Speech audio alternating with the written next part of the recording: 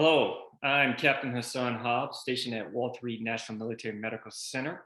I'm a radiologist, and today we'll be having a conversation with my dad, Nolen Hobbs, who has a firsthand account of the civil rights movement. This was a conversation that was requested by our command at Walter Reed in honor of the Martin Luther King Jr. holiday. Now, Dad, you told me a number of these stories, and you shared your story a number of times before in the past. This is an opportunity for you to give your account. Let's start off with talking about your childhood growing up between Selma and Montgomery, Alabama. Okay, Hasan. Growing up as a young child, we had a home in Montgomery because my mother had to go to Alabama State Teachers College to get certification. Now, when she finished high school, she was able to go as a teacher assistant and start assisting teachers in the one-room schoolhouse in Potter Station, right out in the rural area outside of Selma. That way, she could go there and then stay at home. My grandparents were sharecroppers, and she was determined to get a good education so that she could not be living on the farm when she became an adult. So she taught in Selma or outside of Selma in Potter Station, and she would go to Montgomery every weekend because my dad worked in Montgomery, so he had the house in Montgomery. And therefore, she would work Monday through Friday, then get out and come to Montgomery to stay the weekend. So as we were building our life that way, I would have my first grade in Selma, and then my second grade in Selma, and then the next 3 years, third, fourth, and part of the fifth was spent in Montgomery. Now, she taught in segregated schools, and you attended segregated schools, correct? That's correct. The schools were all segregated. The city was segregated.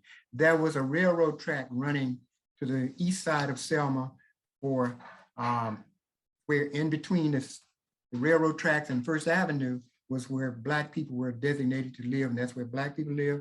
On the other side of First Avenue were white people, and to the south side were white people. Now, can you tell me about your first experience when you became aware of racial oppression and injustice? This would take place when we would go downtown. There was a Big Boy's sandwich shop and restaurant. We could never go in and sit down. We could look through the window and see white people sitting down, but then we had to go to the side window to purchase our food and take it. We didn't have any place to sit down.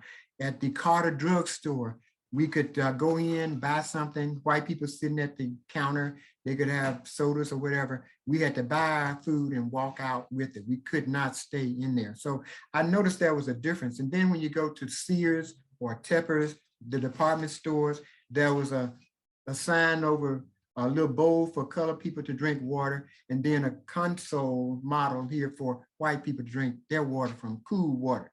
And so the bathrooms, there was a colored bathroom, there was a white bathroom. So immediately we were designated as colored people or Negro with a small N, and we were discriminated against in that way. So I began to feel, inferior because we had to do inferior things.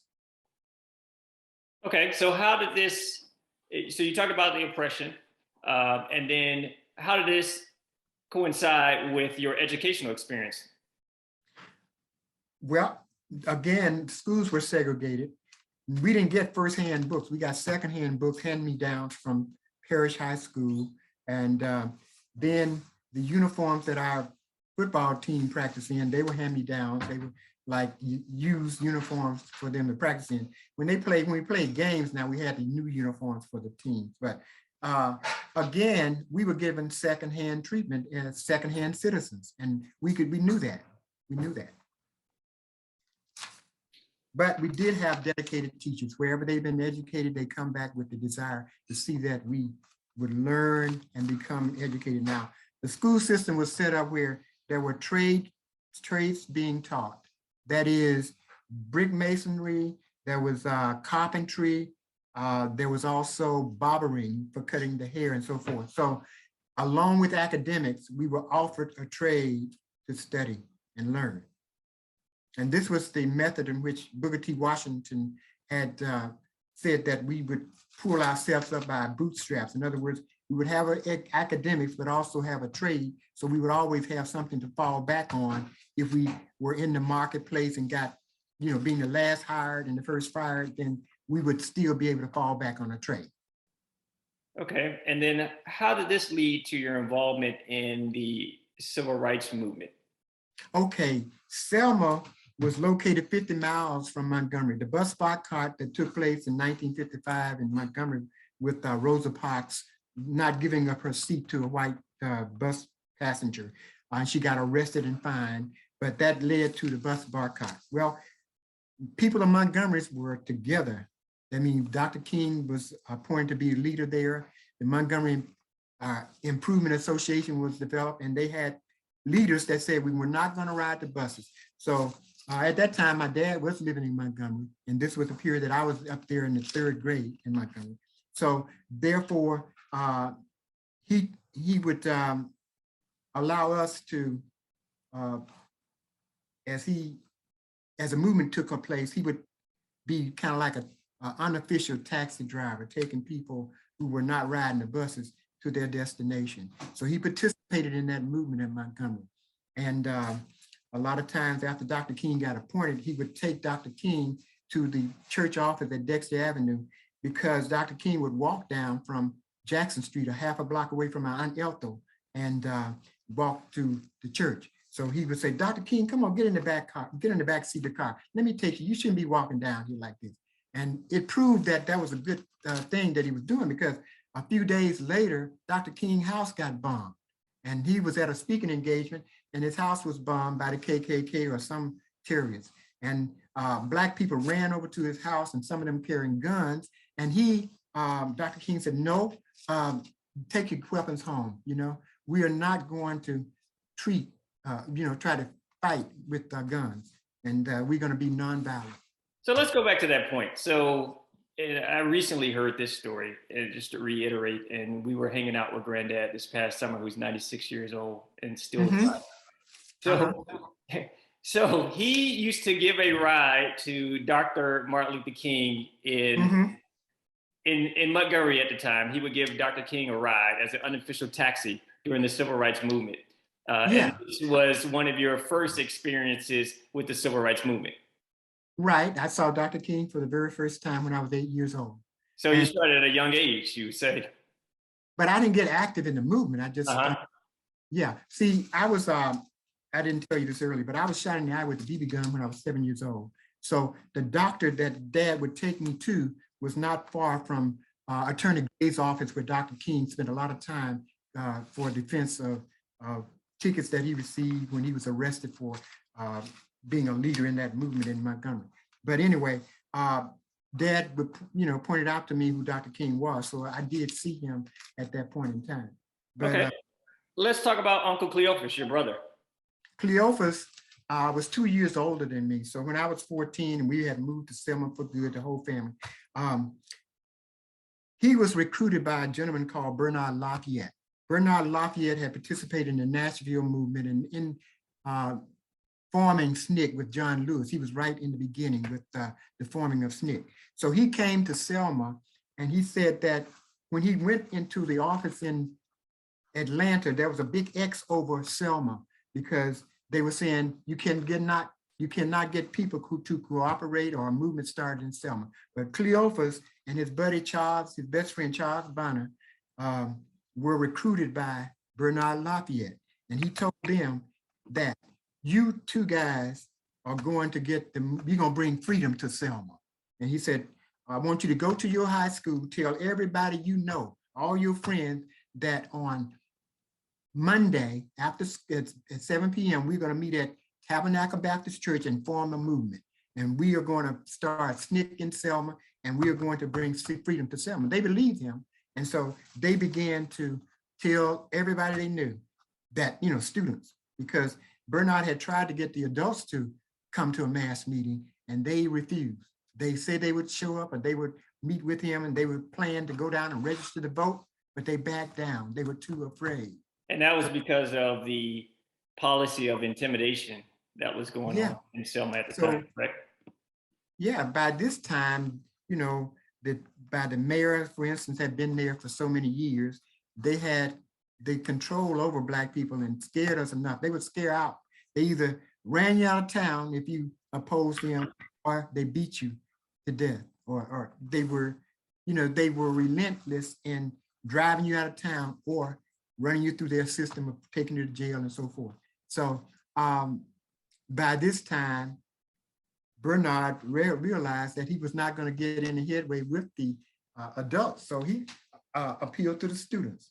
So surprisingly, that very first meeting they had at Tabernacle Baptist Church, 39 students showed up. Immediately, his wife, Kalia, and him began to organize. Say, okay, who's going to be president? They went through a number of people, and then Charles Bonner was elected president. Cleophas was elected to be over the telephone committee. They were teenagers, so they had a social recreation committee that would allow them to have recreational things. So they formed people who would canvass door to door, people who would call the residents and see if they would go down and register to vote. A lot of times when they knocked on doors, they got the doors slammed in their face. You don't know where you are. You're in Selma. They've killed Black folks down here in Selma, you know. So that fear was real in the minds of the adults. Okay. Let's talk about, and I guess we'll fast forward a little bit. Let's talk about your experience in high school. Okay, my experience in high school was 2 years later, when we were juniors. Then we got a letter to say, come join a mass meeting. We want the students to become involved in demonstration in Selma. So this is at the time when the high school was still segregated, correct? Also, yeah. But it should not have still been segregated. But it should not have still been segregated. No, they should not have been segregated because the law in 1954 with Thurgood Marshall leading the complaint and so forth said that, you know, schools became desegregated and should have been since 1954. But this was 1965 and nothing had been done. So at this point, we were now trying to pull for the right to vote. So the letter came out to come to a mass meeting. We began, the time was designated after the second period. So we walked down the hallway to leave school to go to the mass meeting. As we walked down to the doorway, we saw the principal, the assistant principal, the truant officer, and the white superintendent. And he stopped us and said, the principal spoke to us, you kids go back to school. There ain't gonna be no march today. Go back to class. And so we stopped and they stopped. There was about 10 feet between us, and then a brave student walked toward the door, pushed the door open and walked out. And so we began to kind of follow behind, walking out the door. The superintendent says to him, Principal Yoder, can't you stop these students? He said, I just tried to do that. And the superintendent stopped our principal, and we just kept marching. We marched on down to Ward Chapel, and then we had a mass meeting, and James Bevel, the youth, was the lieutenant for Dr. King, began to tell us what had happened, that the principal had gotten slapped and that we were not going back to school until we get the right to vote. So we began to get training in nonviolence, how to protect our heads, and if we get attacked, how to shield the sisters so that they don't get beat up when they attack with billy clubs and so forth. And then a few days later, we began to march. As we marched down there, we were supposed to be quiet, let one person speak, and occasionally somebody yelled and cursed at one of the officers. One of the girls did, and we had to shield them, and we got beat on our shoulders and our head as we tried to pull them to the inside. So those incidents occurred, and they were the first time we kind of surprised them, and so we didn't get arrested that day. But the next time they brought in school buses, put us in the buses, and took us off to jail. They detained us the whole day. Then the next few days, you weren't supposed to march every single day, but you may skip a day and march every other day. And so we would march again. When the jails were crowded there, they would retain us at camps, take us out to Camp Selma, Camp Camden, and surrounding work camps that to detain us. And then they would When that filled up, they would take us to the Armory, 2 locations, one on Jefferson Davis and one on Washington Street. But they would fill up those things and detain us. So we just continued to march. And rather than being out of school for 1 week or 2 weeks, we were out of school for 3 full months until the March on Montgomery that occurred a little later on. During this time, Jimmy Lee Jackson was in a demonstration in Marion, Alabama, and he was protecting his mother and his grandfather, and they had retreated back to a cafe inside there. The state troopers came along after they had shot out the street lights. They came to the cafe where they were, and he was still trying to protect his mother and his grandfather. They shot him in the stomach. He then was rushed to to Selma, 30 miles away, and he died 8 days later at Good Samaritan Hospital. So Albert Turner, one of the marchers with him in Marion, said, you know what? We should take Jimmy Lee Jackson's body and put it on the state capitol building in Montgomery steps and let George Wallace see what kind of hell we are going through just trying to get the right to vote. So that began the talk to march on Montgomery. And so the funeral was planned for March 3rd for Jimmy Lee Jackson. And I took a carload of my student classmates to the funeral. After the funeral, we were driving on the highway, going back to Selma. And Dr. King entourage with 3 cars came around us, and we got into the traveling with them. We were probably doing 5 miles over speed limit. And we about 5 miles up the highway, a state trooper was in the middle of the road with the sheriff deputy. They flagged us over to the side and they began to write tickets. This was not by happenstance. This was more of a roadblock, correct? Yeah. They flagged us over and pulled us over. And Dr. King got out of the car, not even fearing for his life at this time. I guess he has committed to being nonviolent. But anyway, we were looking around to see if this was some kind of setup, assassination attempt, because we had, heard about assassination of John Kennedy just in 1963, November the 22nd. So we were aware that good people were getting killed. We felt he was a good man and a friend of the civil rights movement. But so we felt that, his life was in danger. However, he walked over to our car. He asked us each our name. And this surprised me because when we got to the cafeteria later on, he remembered our names and talked to and addressed us by our name. And that's, yeah. You mentioned cafeteria. You have to give the details about a little bit more about that. Okay, so the adults court was being held at the same time that we were getting a ticket. So the sheriff deputy said that, you can take care of your ticket right away by going up to the courthouse.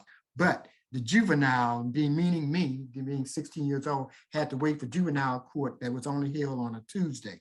So I couldn't take care of that ticket that day. So we could go there. We followed the deputy into the Selma to the courthouse. And he said, everybody who does not have a ticket can go into, and the juvenile can go to the cafeteria. In the cafeteria, Dr. King said to me, he says, Nolen, I want you to take that ticket to our office here in Selma and give the ticket to Reverend Richard Boone so that he will take care of that ticket.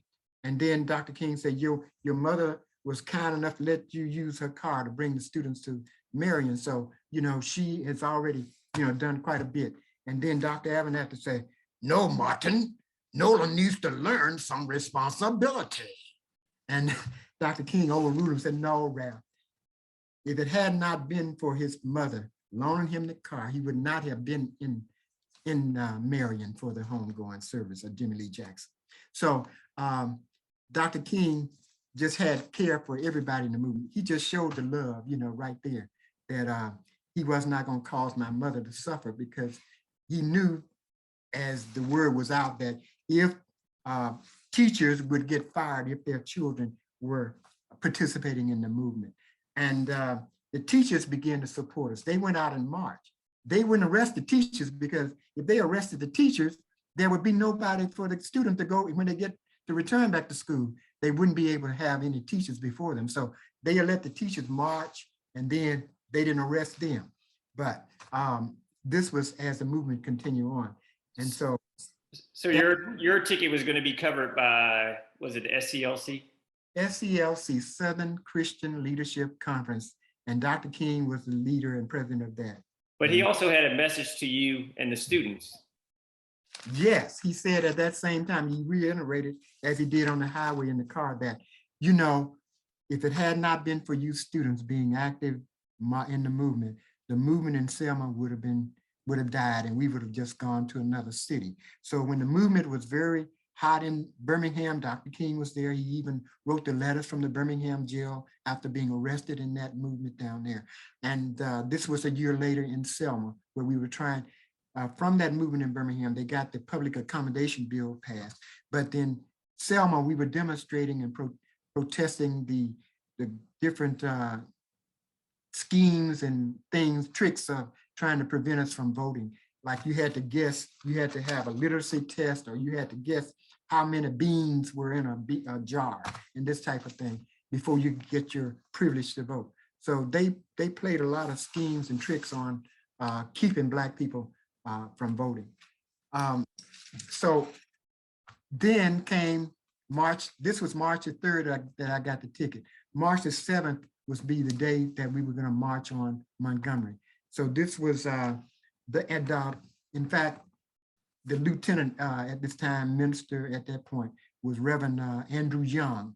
He was in charge of getting a list together of who would march. I had my bedroll to camp out. I had my quilt and so forth wrapped in that. Then he asked me about if there is anybody in here who received any traffic tickets or have been arrested in the last week. We don't want you to march because it would cost more if you get arrested to bail you out. And so this was March the 7th. I had gotten a ticket on March the 3rd. And I told him about my ticket. And he said, well, you can't go today because your ticket has not been taken care of now. And so he pulled me out of being on the list of those who would march on Bloody Sunday. But I stayed at the church. And when the marchers were turned back, tear gas in their clothes and so forth was burning so heavily in our eyes till I left Brown Chapel to go to First Baptist a block away. And as I walked down, I saw posse men, deputies on horseback, riding their horses around, just beating any people randomly, any Black people randomly. They also, some walking on feet, just said, there's one, and they just go beat people who were walking on this particular street that the church Brown Chapel is on. So they just randomly beat people back and forth with clubs, and even ran a guy into the church where I was at First Baptist now, ran him to the altar, hit him on the head with a stick, cracked his skull, dragged him out. So it was just randomly violence against Black people that they were going to punish the whole city. That seemed to be the attitude of that particular time. And again, wow, that was on Bloody Sunday. Now, you mentioned Andrew Young, who went on to become the 55th mayor of Atlanta, and then also the 14th U.S. ambassador to the United Nations. You also worked and marched along with the Honorable John Lewis. Yes. You have a story about that? Only that we were marching every day during this period of time. And as we would walk out, they would oftentimes would pair were male with the female, because again, we try to be a protection for them and not get them to take the blows of the club. And sometimes they got hit as well. But when John Lewis led the march, we could be in the group that's marching behind him. And so basically we just followed the training that we got on how to protect ourselves, how to shield, protect our head, and how to shield one another, and how to take the blows in places where we wouldn't be on our back and on our shoulders, as opposed to on our head. Wow, thank you for that. So tell me about how your work in social justice has continued. Well, I didn't get to the point where my classmate and I, when we were confronted by policemen we had a homegoing problem, a homegoing party at the Oaks Club. And leaving there, I had a carload of my classmates. And the incident occurred when the police saw the car in the dark, as a couple of guys were relieving themselves. And they pulled over and two guys ran up the railroad tracks trying to run away. And one officer went behind them with the gun. Boom, boom, shot a couple of times. Andrew said he tripped on the railroad tracks, and when he fell, the bullet whistled over his head, and he would have been really killed if he hadn't fallen on the railroad tracks. The other guy, Charlie, went underneath the house away from the railroad tracks and hid out for a little while. So the officer came over to the car and said, "Who's driving the car?" "I am, sir." "What did they do? How come they ran?" I said, "Sir, we have not done anything. We just left the homecoming party at the Oaks Club." That joker hauled off and hit me, bam, with all his might, knocked me down. Calvin Bunner, Charles's brother, lifted me back up and he said, "You get in that car and you take us to where that boy house that just ran." So we drove around the corner. They followed me, light flashing, pulled into front of Charlie's house. His mother hadn't slept a wink because they kind of, mothers in Selma kind of got in the attitude that the child is out. I'm gonna just be light sleeping until I won't feel comfortable until my son get back home. So Charlie had stopped across the street underneath the house and watched everything. He did not come out. Well, the officer walks up toward the door. His mother comes to the door. "What's wrong, officer?" He said, "Girl, your boy just ran from me. The next time he does this, I am going to call Asam's funeral home to pick up his body. So you tell him, don't he run, don't ever run from us." And so she was just, "Yes, officer." And then he told me, "Go back to that car and you take it straight home. Everybody out." He made everybody get out and walk. And I took the car home. And as I drove into the yard, Mom said, "Nolen, what's wrong?" And she just felt, anyway, I said, "Mom, I'm not gonna make it in Selma. I'm not gonna make it here." So she said, "Okay, well, tomorrow we'll call Uncle Bruh and then we'll get you on a bus to Montgomery." So the very next day I left. In Newark, New Jersey, there was a guy by the name of Brooks, Conroe Brooks. And he said to me, he said, "You were from Selma. So what I want you to do, we're gonna have a rally at the, in Newark, New Jersey, the Capitol steps down there. And we want you to say something about Selma." So he had me speak about being arrested in Selma. And I didn't talk about the incident of the officer attacking me, but I did tell about how we were arrested, how we were treated like animals. In the Camp Selma, they packed us in a cell that could only hold maybe 4 or 5 people. We were just back to back. I mean, packed in so heavy till one guy fainted. And when he fainted, we called the attendant to come, and this young man is fainting. He said, "Bring it here. Bring it over here."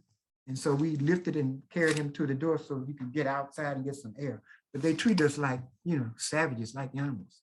And we were in there for several days. We didn't get out of there. We had to eat that soup that was really watered down, whatever. But anyway, and bread. It was a rough experience. But again, we always felt that the urgency of us marching and whatnot, that soon it would be over. It would last a few weeks, but 3 months. Yeah. Okay, as we're wrapping up and getting to our final comments, just a couple questions. Okay. So what is the legacy you like to leave for the future? The legacy I like to leave for the future is simply this. We came through a period of segregation and we felt inferior.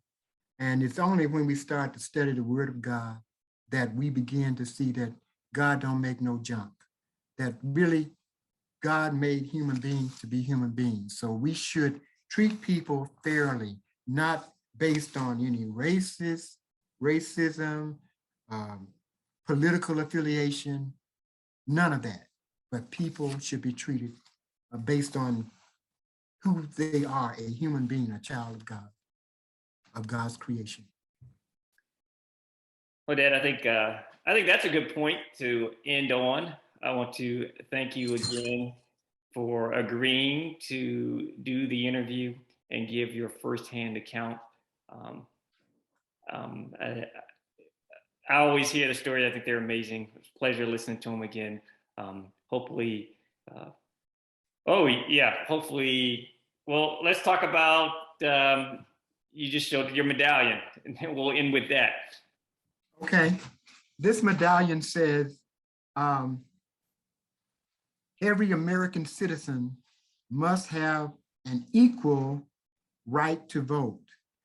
Voting Rights Act of 1965. So as a result of the marches on Montgomery, the Selma marches, the law before the Congress was passed, you see.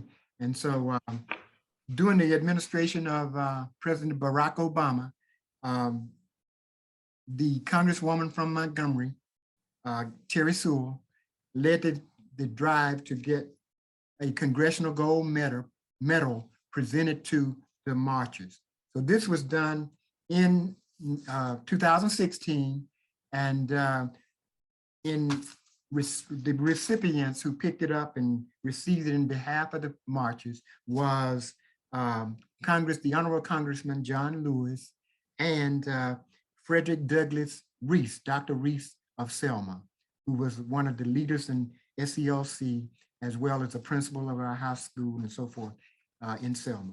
So God bless the marchers and the families. I know throughout the United States, there were many, many people marching. So they played a part in all of this, but we thank God for at least recognizing the passing that law to vote.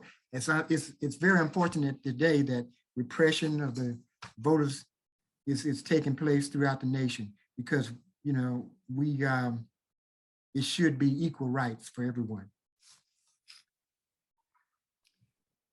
Okay, Dad, I want to thank you again for sharing your story in remembrance of the Martin Luther King holiday. It's been a pleasure. And again, I think amazing story. Thank you. You're welcome, son.